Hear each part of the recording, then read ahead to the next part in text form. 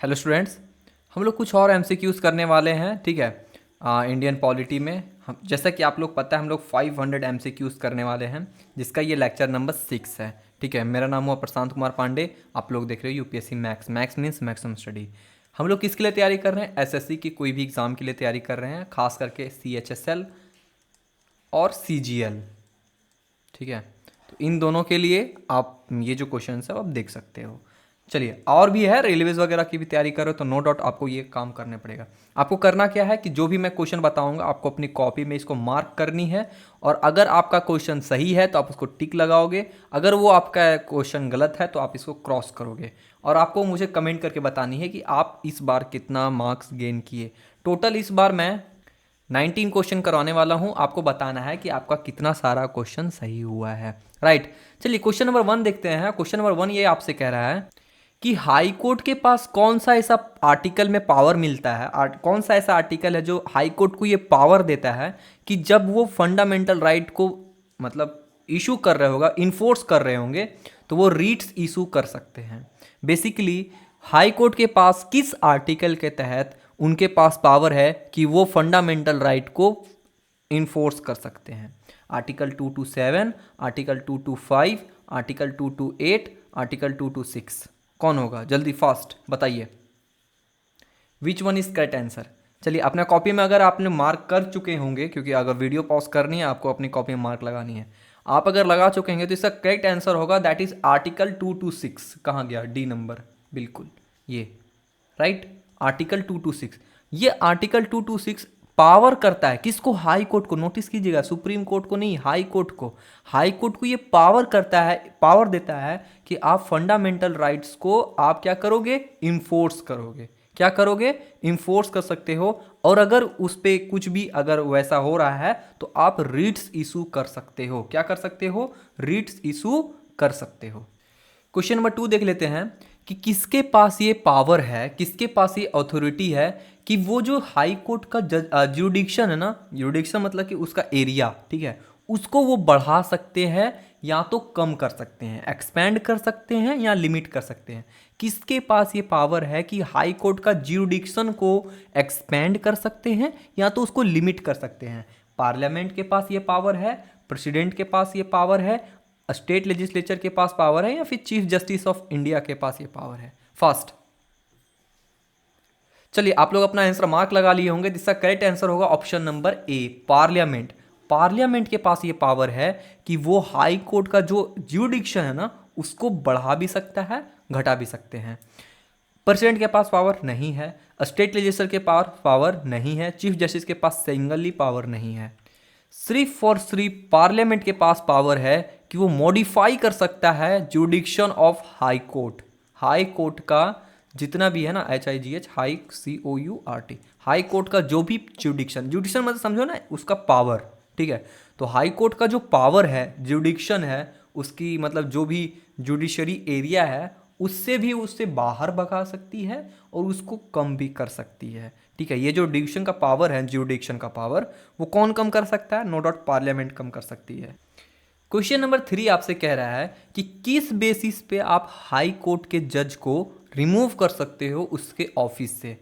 पहला है इंसॉल्वेंसी, दूसरा है प्रूवन इनकम्पेटेंसी और मिसबिहेवियर, यानी कि वो उसके लिए योग्य नहीं हो और वो मिसबिहेव कर रहा हो।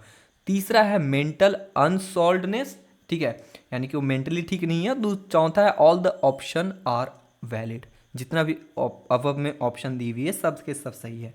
कौन सा ऑप्शन सही होगा बताइए?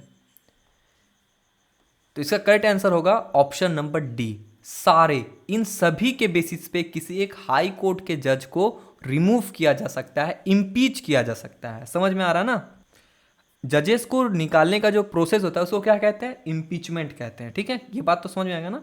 तो इसका करेक्ट आंसर क्या होगा? अंडर आर्टिकल 217 जो जजेस की भी जो रिमूव करने का होगा वो किसके बेसिस पे होगा? वो अगर वो प्रूफ हो जाते हैं कि वो मिसबिहेवियर कर रहे हैं, वो उसके योग्य नहीं हैं, वो कोई भी काम को सॉल्व नहीं कर पा रहे हैं, या तो कोई वो मेंटल इशू है, तो इन चार के बेसिस पे आप किसी भी हाई कोर्ट के जज को रिमूव कर सकते हो, इम्पीच कर सकते हो। बात समझ में आया ना? तो चार बेसिस, तो all option are correct. Question number 4 देख लेते हैं कि मान लीजिए कि कोई एक पब्लिक ऑफिसर है। पब्लिक ऑफिसर मतलब कि कोई भी गवर्नमेंटल जॉब में कोई काम सर्विस कर रहा है। तो अगर वो ना अपना काम को ठीक से नहीं कर रहा और अनकॉन्स्टिट्यूशनल लॉस को फॉलो कर रहा है, तो उसे हाई कोर्ट, मैं फिर से बोल रहा हूँ, कौन सा कोर्ट की बातें कर रहा हूँ मैं, हाई कोर्ट। तो हाई कोर्ट कौन सा रिट्स इशू कर सकता है उस पब्लिक ऑफिसर के खिलाफ में? तो ऑप्शन नंबर ए सर्टियोरी, को वारंटो, मैंडमस या प्रोविजन, कौन सा बताइए फास्ट। तो इसका करेक्ट आंसर होगा, आप लोग अपना आंसर दे लिए होंगे आई होप, तो इसका करेक्ट आंसर होगा ऑप्शन नंबर सी मैंडमस। क्या होगा? मैंडमस। मैंडमस क्या होता है? मैंडमस वो रीट्स है जो कि हाई कोर्ट इशू करता है। देखो हाई कोर्ट और सुप्रीम कोर्ट दोनों इशू करते हैं, बट दोनों का आर्टिकल डिफरेंट है। समझ में आ रहा ना? तो ये क्या है कि हाई कोर्ट इशू करता है अगर कोई पब्लिक ऑफिसर क्या कर रहा हो, अपनी ड्यूटी को इलीगल तरीके से या अनकॉन्स्टिट्यूशनल तरीके से फॉलो कर रहा हो। जैसे कि हो सकता है कि वो घूस ले ले या फिर कुछ एक्स्ट्रा ऐसा कुछ अनकॉन्स्टिट्यूशनल लॉ को फॉलो करे। समझ आ रहा ना? तो ऐसे रिट्स को जो हाई कोर्ट इशू करेगा उसे क्या कहा जाएगा? मैंडमस कहा जाएगा। क्लियर है? क्वेश्चन नंबर 5 है कि किस आर्टिकल के तहत में, क्वेश्चन नंबर 5 क्या कह रहा है कि किस आर्टिकल के तहत में हाई कोर्ट जो है वो रीट्स इशू कर सकता है? किस आर्टिकल के तहत में? आर्टिकल 226, आर्टिकल 225, आर्टिकल 227, आर्टिकल 228, कौन सा आर्टिकल के तहत में हाई कोर्ट रीट्स इशू कर सकती है? फास्ट अपने कॉपी में नोट कीजिए इसको पॉज करके फास्ट। इसका करेक्ट आंसर क्या होगा मेरे भाई? वो होगा ऑप्शन नंबर 226। देखिए ये वाला ऑप्शन नंबर 226। ये जो है ये हाई कोर्ट को ना ये पावर देती है कि आप रिट्स इशू कर सकते हो फंडामेंटल राइट को क्या करने के लिए? इन्फोर्स करने के लिए, मतलब कि उसको लागू करने के लिए, फंडामेंटल राइट को प्रॉपरली चले ताकि ये, उसके लिए वो अंडर आर्टिकल 226 यानी कि 226 आर्टिकल के तहत में ये क्या कर सकते हैं? इसको इम्पोज कर सकती है, रिट्स इशू कर सकती है। कौन? High court. Which court? High court. Clear है यहाँ तक? चलिए क्वेश्चन नंबर 5 के बाद क्वेश्चन नंबर 6 समझते हैं कि कौन सा ऐसा अथॉरिटी है जो कि कंट्रोल करते हैं हाई कोर्ट को। बात समझिएगा, हाई कोर्ट को कंट्रोल कौन सा ऑफिशियल करती है directly? Chief justice of India, president, supreme court of India, governor of state, which one? Fast. चलिए आप लोग अपना आंसर मार्क कर चुके होंगे, तो इसका करेक्ट आंसर क्या होगा मेरे भाई? वो होगा option number D, that is governor of state. यानी गवर्नर ऑफ स्टेट जो है वो स्टेट हाई कोर्ट को पूरा अच्छे तरीके से क्या करती है? कंट्रोल करती है। यानी कि आप कह सकते हो कि जो हाई कोर्ट के जितने भी जजेस होते हैं, चाहे कुछ भी होता है, प्रीव्यू होता है, वो गवर्नर्स करती है किसके कंसल्ट पे? याद रखिएगा, consult of president of India and chief justice of India. यानी कि CJI के और प्रेसिडेंट, इन दोनों के कंसल्ट पे गवर्नर्स क्या करती है? इनको कंट्रोल करती है अकॉर्डिंग टू कॉन्स्टिट्यूशन। चलिए अगला क्वेश्चन नंबर 7 क्या कह रहे हैं कि कितने सारे जजेस होंगे किसी एक हाई कोर्ट में, ये डिसाइड कौन करता है? यानी कि एक हाई कोर्ट में, किसी एक स्टेट के हाई कोर्ट कहाँ होता है? किसी स्टेट में होता है ना, ठीक है? तो उस स्टेट के हाई कोर्ट के जज कितने होंगे ये कौन डिसाइड करता है? Chief justice of India, governor, parliament या प्रेसिडेंट? कौन? जल्दी फास्ट फास्ट फास्ट फास्ट। तो इसका करेक्ट आंसर क्या होगा मेरे भाई? ये होगा option number D, that is president. जो प्रेसिडेंट होता है ना, इनके पास ये पावर होता है कि कितने सारे जजेस को हाई कोर्ट में रखनी है, ये डिसाइड कौन करता है? प्रेसिडेंट डिसाइड करते हैं। अब याद रखिएगा कि प्रेसिडेंट है यहाँ पे, अब प्रेसिडेंट डिसाइड करेंगे, लेकिन कंसल्ट किससे लेंगे कि भैया इसको रखें कि नहीं रखें? तो ये रखेंगे मतलब चीफ जस्टिस ऑफ इंडिया यानी कि CJI के। CJI पता है ना क्या होता है? सो चीफ जस्टिस ऑफ इंडिया, तो चीफ जस्टिस ऑफ इंडिया और दूसरा उस स्टेट के गवर्नर से। देखो बात समझो, गवर्नर को ही हैंडल करना है हाई कोर्ट के जजेस को, ठीक है? तो गवर्नर्स का कंसल्ट तो चाहिए होगा ना। और चीफ जस्टिस ऑफ इंडिया क्या होते हैं? वो सारे जस्टिस के टॉप में होते हैं। समझ रहे हैं बातों को? एक रैंक को अगर जज का बनाया जाए तो टॉप रैंकर कौन होते हैं? चीफ जस्टिस ऑफ इंडिया, ठीक है? तो CJI और गवर्नर्स, इन दोनों का कंसल्ट चाहिए होता है, तब जाके आप डिसाइड कर सकते हो कि कितने नंबर ऑफ जजेस हाई कोर्ट में अलॉट किए जाएंगे किसी एक स्टेट के हाई कोर्ट में। बात समझ में आया ना? तो इसका करेक्ट आंसर क्या होगा? इसका करेक्ट आंसर होगा option number D, president. President के पास ये पावर है कि हाई कोर्ट के जजेस कितने होंगे, ठीक है, और वो कंसल्ट किससे करेंगे? कंसल्ट मतलब बस एक समझते हो सलाह, ठीक है, वो सलाह लेंगे किससे? चीफ जस्टिस ऑफ इंडिया से, और दूसरा गवर्नर ऑफ स्टेट से। क्वेश्चन नंबर 8 क्या कह रहा है कि 2005 में कौन सा स्टेट लेजिस्लेचर डिमांड किया था अपना हाई कोर्ट बनवाने के लिए? पंजाब की स्टेट, हरियाणा, सिक्किम या नन ऑफ दिस? इनमें से कोई भी नहीं। बात समझो और इसका आंसर बताओ फास्ट। मार्क करो जल्दी से, फास्ट। इसका करेक्ट आंसर क्या होगा? None of this. भैया कोई भी नहीं है। 2005 में ऐसा कोई रूल तो आया ही नहीं था कभी। पंजाब के पास ऑलरेडी हाई कोर्ट है, हरियाणा के पास 2005 से पहले ही हाई कोर्ट था, सिक्किम के पास भी 2005 से पहले ही हाई कोर्ट है। तो इनमें से कोई तो है ही नहीं, नन ऑफ दिस, ठीक है। ऐसा कोई रिजोल्यूशन पास थोड़ी हुआ है 2005 में, ठीक है। चलिए आगे। क्वेश्चन नंबर 9 कह रहा है कि कौन क्लियर किया था कि आप स्ट्रक्चर मतलब बेसिक स्ट्रक्चर ऑफ कॉन्स्टिट्यूशन को अमेंड नहीं कर सकते?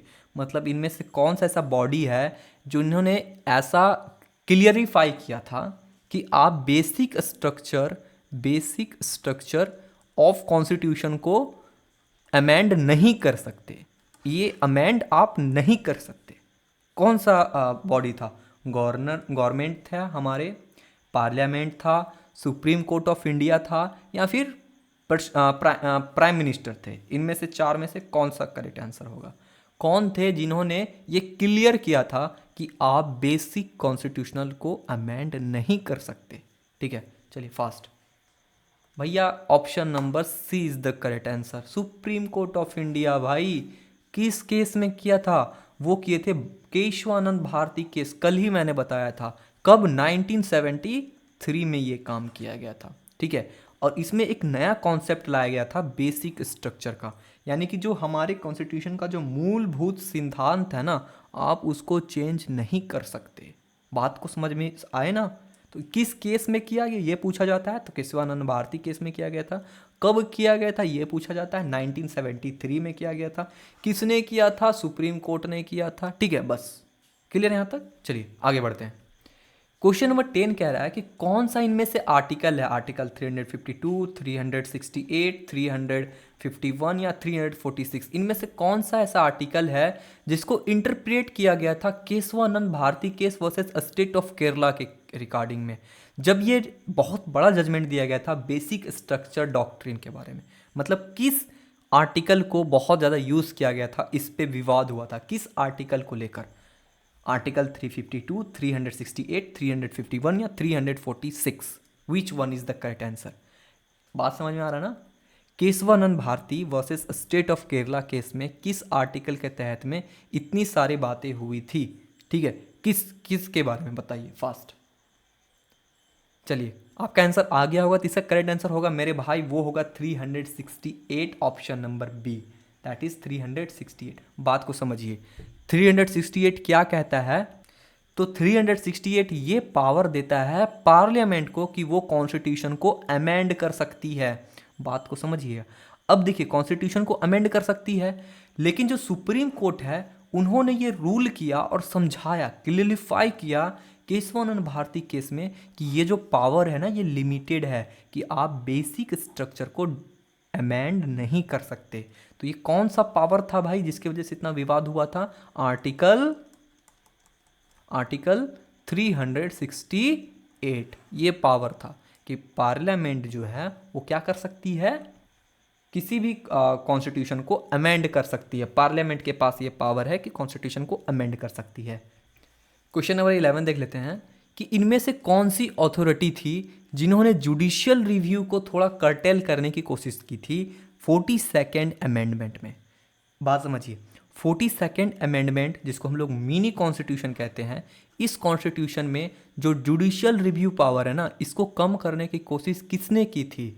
स्टेट लेजिस्लेचर ने, लेजिस्लेटिव काउंसिल ने, काउंसिल ऑफ स्टेट ने, या पार्लियामेंट ने? किसने ट्राई किया कि ये जो सुप्रीम कोर्ट का थोड़ा पावर है ना जुडिशियल रिव्यू का, इसको थोड़ा सा कम किया जाए, ठीक है। यानी कि ये जो बार बार सुप्रीम कोर्ट किसी मतलब कि लॉ को चेक करने लगती है ना, जुडिशियल रिव्यू, इसको कम किया जाए, कर्टेल किया जाए। कौन सा मतलब कौन सा वो बॉडी था 42nd अमेंडमेंट में किया गया था? तो करेक्ट आंसर क्या होगा? Option D, parliament.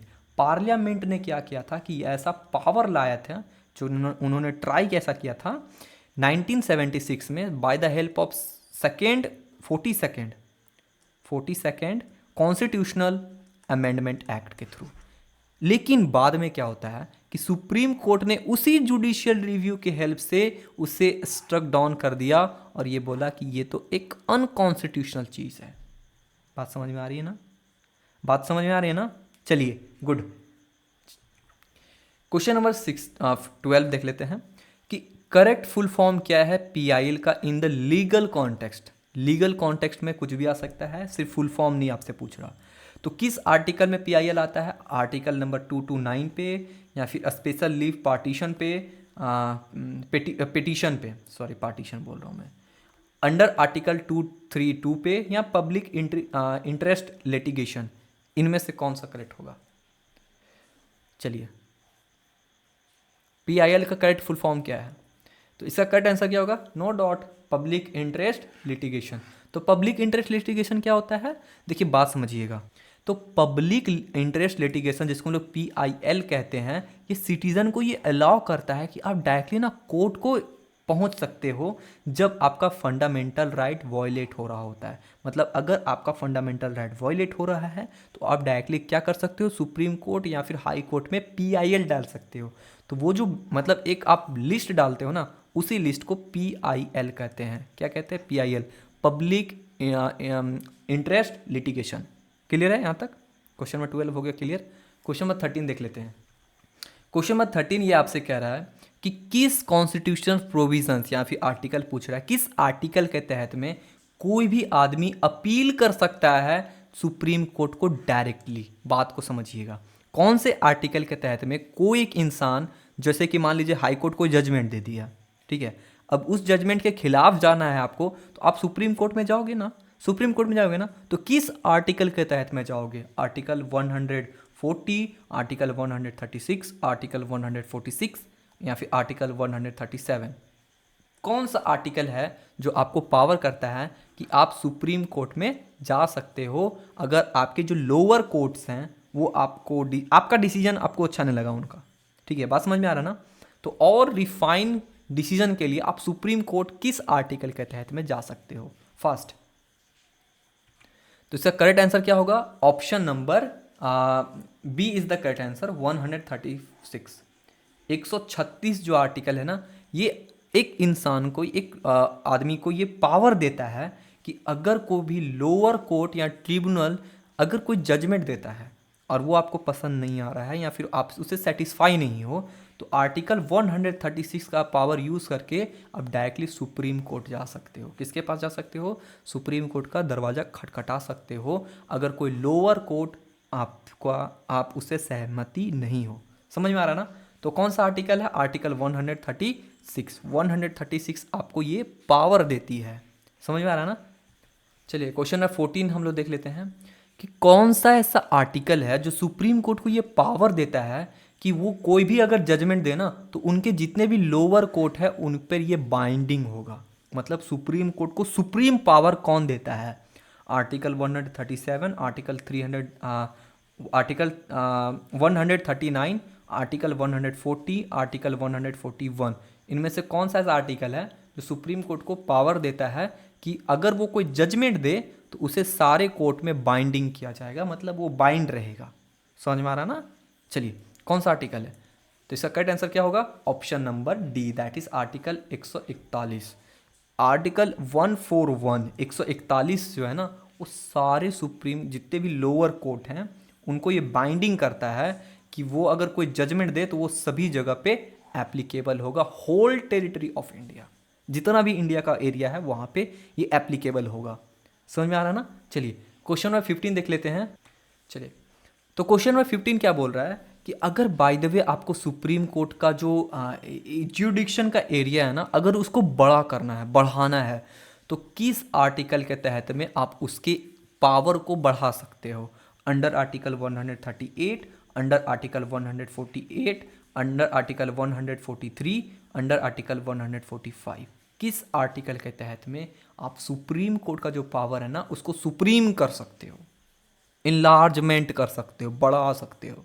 तो किस आर्टिकल के तहत में ऐसा होता है? जल्दी से पॉज कीजिए, आंसर दीजिए। मैं रुकूंगा नहीं आपके लिए, आप पॉज कीजिए, आंसर दीजिए फास्ट। तो इसका करेक्ट आंसर क्या होगा मेरे भाई? वो होगा article number 138। A number is the correct answer. 138 supreme court को ये पावर देता है, या फिर बोल सकते हो कि पार्लियामेंट को ये पावर देता है कि वो सुप्रीम कोर्ट का जो जुडिक्शन है ना उसको बढ़ा सकता है।